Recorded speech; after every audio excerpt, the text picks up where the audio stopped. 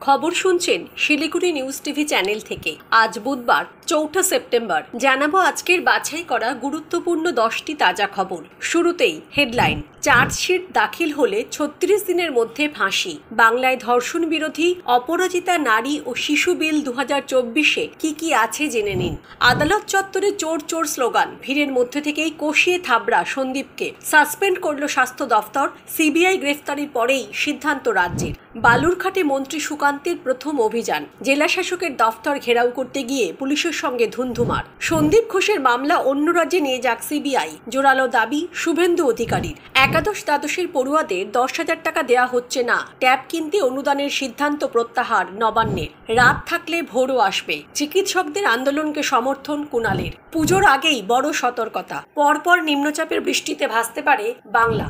আজকের খবরগুলো বিশেষ গুরুত্বপূর্ণ, তাই খবরগুলো মন দিয়ে শুনুন এবং প্রতিদিন সঠিক খবর নিয়মিত শোনার জন্য শিলিগুড়ি নিউজ টিভি চ্যানেলটিকে সাবস্ক্রাইব করুন। আসছি বিস্তারিত খবরে। ৯ আগস্ট আরজিকর মেডিকেল কলেজে একজন জুনিয়র ডাক্তারকে ধর্ষণ ও খুন করা হয়েছে, যার পর মানুষ বর্তমানে রাজ্যের রাস্তায় ন্যায় বিচারের আবেদন করছে। জুনিয়র ডাক্তাররা কলকাতার লালবাজারের রাস্তায় বিক্ষোভ করছেন এবং শুধু কলকাতায় নির্ভয়ার বিচার দাবি করছেন না, মহিলাদের নিরাপত্তা নিয়ে প্রশ্ন তোলা হচ্ছে। কলকাতা ধর্ষণ মামলার জন্য শুধু রাজ্যে নয়, সারা দেশেই সোচ্চার হচ্ছে। মুখ্যমন্ত্রী মমতা বন্দ্যোপাধ্যায় ধর্ষণ বিরোধী বিল আনার ঘোষণা দিয়েছেন।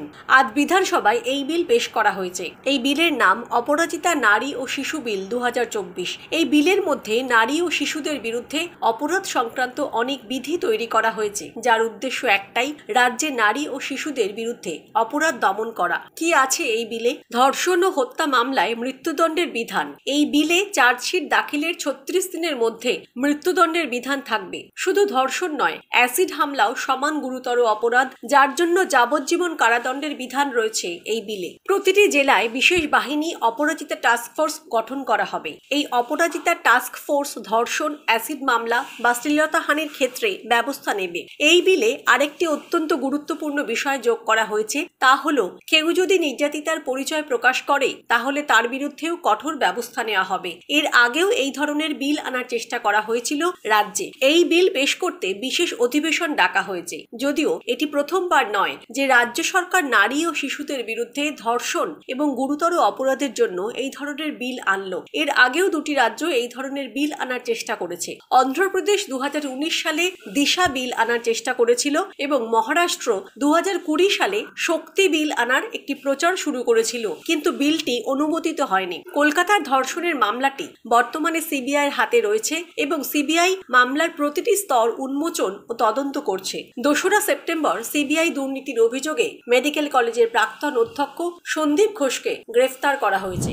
আরজিকর কাণ্ডে দুর্নীতি মামলায় গ্রেফতার করা হয়েছে আরজিকরের প্রাক্তন অধ্যক্ষ সন্দীপ ঘোষকে। মঙ্গলবার নিজাম প্যালেস থেকে বের করে তাকে নিয়ে যাওয়া হয় আলিপুর আদালতে। নিজাম প্যালেস থেকে বের করার সময় তাকে ঘিরে একপ্রস্ত হইচই হয়। অন্যদিকে আলিপুর আদালতে তাকে ঢোকানোর সময় তাকে ঘিরে বিক্ষোভ দেখান মহিলা আইনজীবীরা। আর তাকে আদালত থেকে বের করে আনার সময় উঠল চোর চোর স্লোগান। তারপরেই তার উপরে ঝাঁপিয়ে পড়েন একদল মানুষ। কেউ একজন পেছন থেকে সন্দীপের মাথায় থাপ্পড় মেরে দেন। পুলিশ কোনো রকম তাকে আগলে গাড়িতে তোলে। উল্লেখ্য, টানা ১৬ দিন জিজ্ঞাসাবাদের পর গতকাল সন্দীপ ঘোষকে সিজিও কমপ্লেক্স থেকে নিজাম প্যালেসে নিয়ে যায়। তারপরেই ঘোষণা করা হয় গ্রেফতার করা হয়েছে সন্দীপ ঘোষকে। এরপর আজ তাকে আলিপুর আদালতে তোলা হয়। তার বিরুদ্ধে দুর্নীতির অভিযোগ উঠেছে। তার মধ্যে একটি হলো বায়োমেডিক্যাল ওয়েস্ট পাচার। পাশাপাশি আরজিকরের মর্গে পড়ে থাকা শনাক্ত হয়নি এমন বডি পাচারের অভিযোগও রয়েছে সন্দীপ ঘোষের বিরুদ্ধে। আজ আলিপুর আদালতে সিবিআই তরফে বলা হয় তারা সন্দীপ ঘোষকে ১০ দিনের জন্য হেফাজতে চান, কারণ তাকে জেরা করে অনেক গোপন তথ্য উঠে আসবে।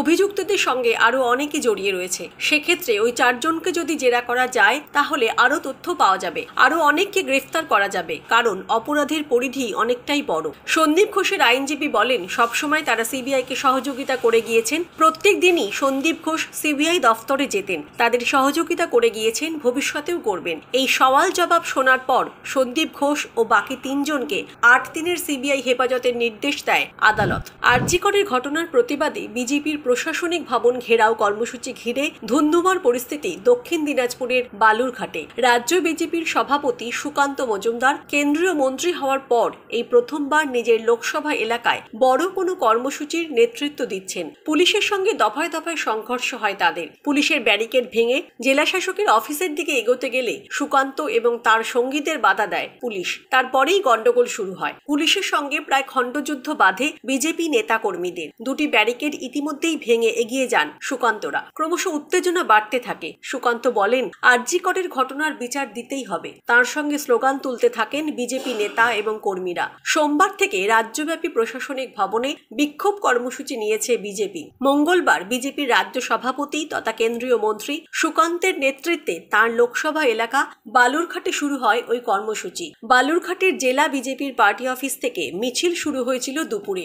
সুকান্তের নেতৃত্বে ওই মিছিল এগিয়ে যায় জেলা শাসকের দফতরের দিকে। একের পর এক ব্যারিকেড ভেঙে বিক্ষোভকারীরা প্রশাসনিক ভবনে প্রবেশ করতে গেলে পুলিশ বাধা দেয়। স্বাভাবিকভাবেই উত্তপ্ত হয় পরিস্থিতি। শুরু হয় প্রশাসনিক ভবনের সামনেই বিজেপির সভা। সেখানে বক্তব্য রাখেন সুকান্ত। বিক্ষোভ জারি রয়েছে, বাধাদান করে পুলিশও। সোমবার বিজেপির কর্মসূচি ঘিরে একাধিক জেলায় উত্তেজনা ছড়ায়। কোচবিহারে গ্রেফতার হন প্রাক্তন কেন্দ্রীয় স্বরাষ্ট্রমন্ত্রী নিশীথ প্রামাণিক সহ বেশ কয়েকজন বিজেপি নেতাকর্মী। রাতের দিকে অবশ্য তাদের ছেড়ে দেওয়া হয়। অন্যদিকে আরজি করের ঘটনার প্রতিবাদে কলকাতার ধর্মতলায় ধর্ণা কর্মসূচি চলছে বিজেপি। সেখানে শুরু থেকেই ছিলেন সুকান্ত। তবে ওই কর্মসূচির জন্য রবিবার রাতেই বালুরঘাটের বাড়িতে চলে যান তিনি। সোমবার রাজ্যব্যাপী বিক্ষোভ কর্মসূচি হয়েছিল, কিন্তু বালুরঘাটে কোনো কারণে মুলতুবি ছিল কর্মসূচি। মঙ্গলবার রাতেই আবার কলকাতার ফেরার কথা রয়েছে রাজ্য বিজেপির সভাপতির। অন্যদিকে বালুরঘাটে বামেদের বালুরঘাট থানা ঘেরাও অভিযান। মহিলা কর্মী সমর্থকদের সঙ্গে বালুরঘাট থানার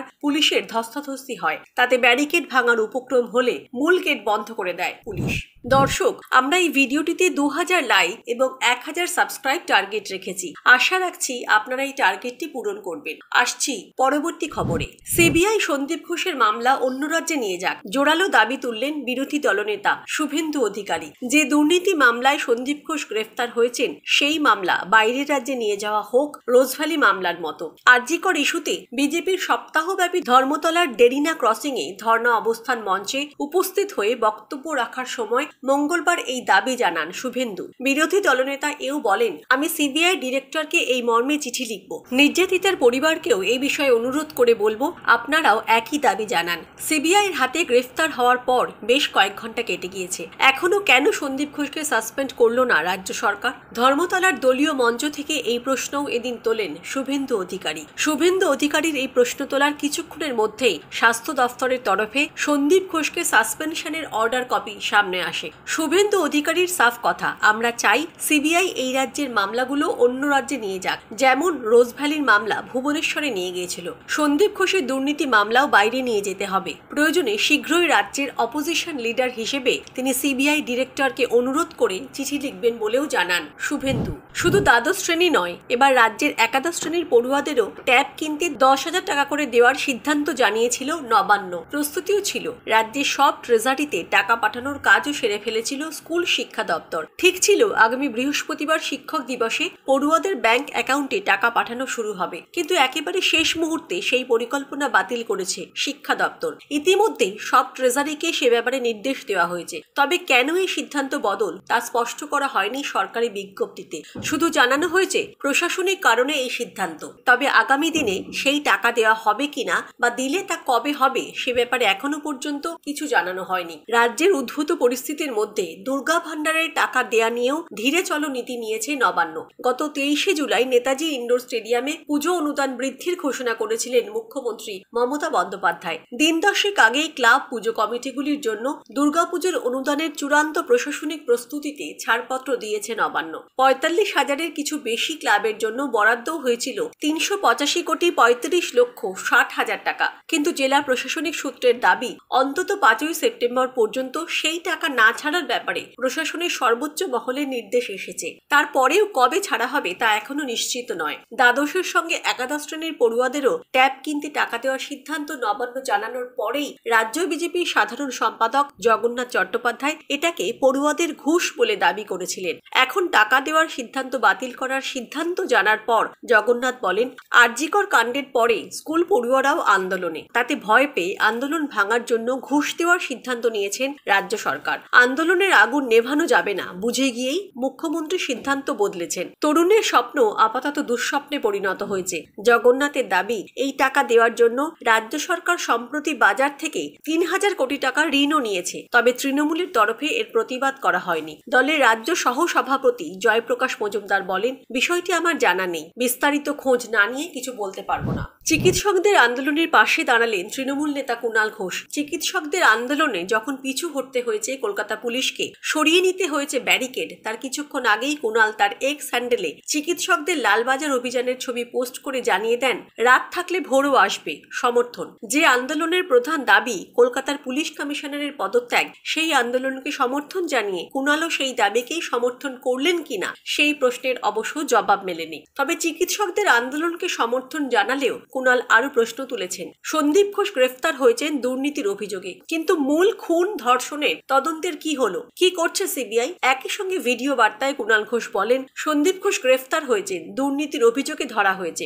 তদন্ত যা হওয়ার হোক, যদি দুর্নীতির অভিযোগের সারবত্তা থাকে উচ্ছন্নে যাক, এ নিয়ে কোনো বক্তব্য নেই। তবে সিবিআইয়ের কাছে অনুরোধ, আসল ঘটনাটা অর্থাৎ খুন ধর্ষণ মেয়েটার উপর অত্যাচারের তদন্ত কোন জায়গায় দাঁড়িয়ে? একমাত্র গ্রেফতার তো কলকাতা পুলিশ করেছে, সিবিআইয়ের কোনো গ্রেফতারও নেই, পদক্ষেপও নেই। দুর্নীতি মামলা নিয়ে আমার কিছু বলার নেই, কিন্তু ধর্ষণ খুনের ঘটনায় ছেলেটা একা ছিল নাকি কোনো চক্র ছিল, সে আপডেটটা তো দিতে হবে। গতকালই লালবাজার অভিযানের ডাক দেন চিকিৎসকরা, কিন্তু চিকিৎসকদের মিছিল বিশাল লৌহ প্রাচীর তৈরি করে আটকে দেয় পুলিশ। অগত্যা ফিয়ার্স লেনে রাস্তার উপর বসে পড়েন চিকিৎসকরা। তারা জানিয়ে দেন, লালবাজার অব্দি যেতে না দেওয়া হলে তারা এক পাও সরবেন না। এরপর সারা রাত কার্যত রাস্তায় বসে শুয়ে আন্দোলন চালিয়ে যান চিকিৎসক পড়ুয়ারা। সেই আন্দোলন কার্যত পুলিশ ও সরকারের মাথা ব্যথা হয়ে দাঁড়ায়। শেষ পর্যন্ত পিছু হটে ব্যারিকেড সরিয়ে দেয় পুলিশ।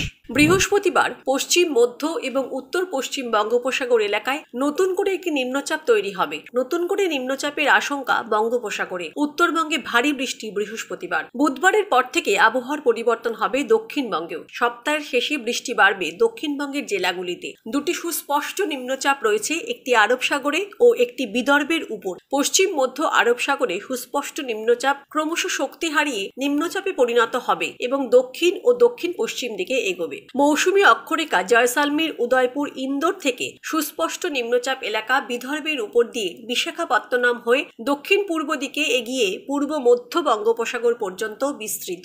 রাজস্থানে তৈরি হয়েছে একটি ঘূর্ণাবর্ত। অন্যদিকে বিদর্ভে সুস্পষ্ট নিম্নচাপ আরো উত্তর পশ্চিমের দিকে এগিয়ে নিম্নচাপে পরিণত হবে মধ্যপ্রদেশ সংলগ্ন এলাকায়। আপাতত দক্ষিণবঙ্গে বৃষ্টির সম্ভাবনা কম, খুব হালকা বৃষ্টি হতে পারে বিক্ষিপ্তভাবে 2-1 জেলায়। বৃহস্পতিবার থেকে বিক্ষিপ্তভাবে বজ্রবিদ্যুৎ সহ বৃষ্টির সম্ভাবনা দক্ষিণবঙ্গের জেলাগুলিতে। শুক্র, শনি, রবিবার সেই বৃষ্টি বাড়তে পারে বলে অনুমান আবহাওয়াবিদদের। বৃহস্পতিবার বজ্রবিদ্যুৎ সহ বৃষ্টির সম্ভাবনা বেশি থাকবে উত্তর ও দক্ষিণ 24 পরগনা, পুরুলিয়া, পূর্ব ও পশ্চিম বর্ধমান, বীরভূম, মুর্শিদাবাদ এবং নদিয়া জেলাতে। বুধবার থেকে বৃষ্টি বাড়তে পারে উত্তরবঙ্গে। বৃহস্পতিবার দার্জিলিং সহ পার্বত্য এলাকায় বেশ কয়েকটি জেলাতে, বেশ কিছু এলাকায় ভারী বৃষ্টির সম্ভাবনা। মঙ্গলবার বজ্রবিদ্যুৎ সহ বৃষ্টির সম্ভাবনা থাকবে দার্জিলিং, কালিম্পং, আলিপুরদুয়ার, কোচবিহার, জলপাইগুড়ি এবং উত্তর দিনাজপুর জেলাতে।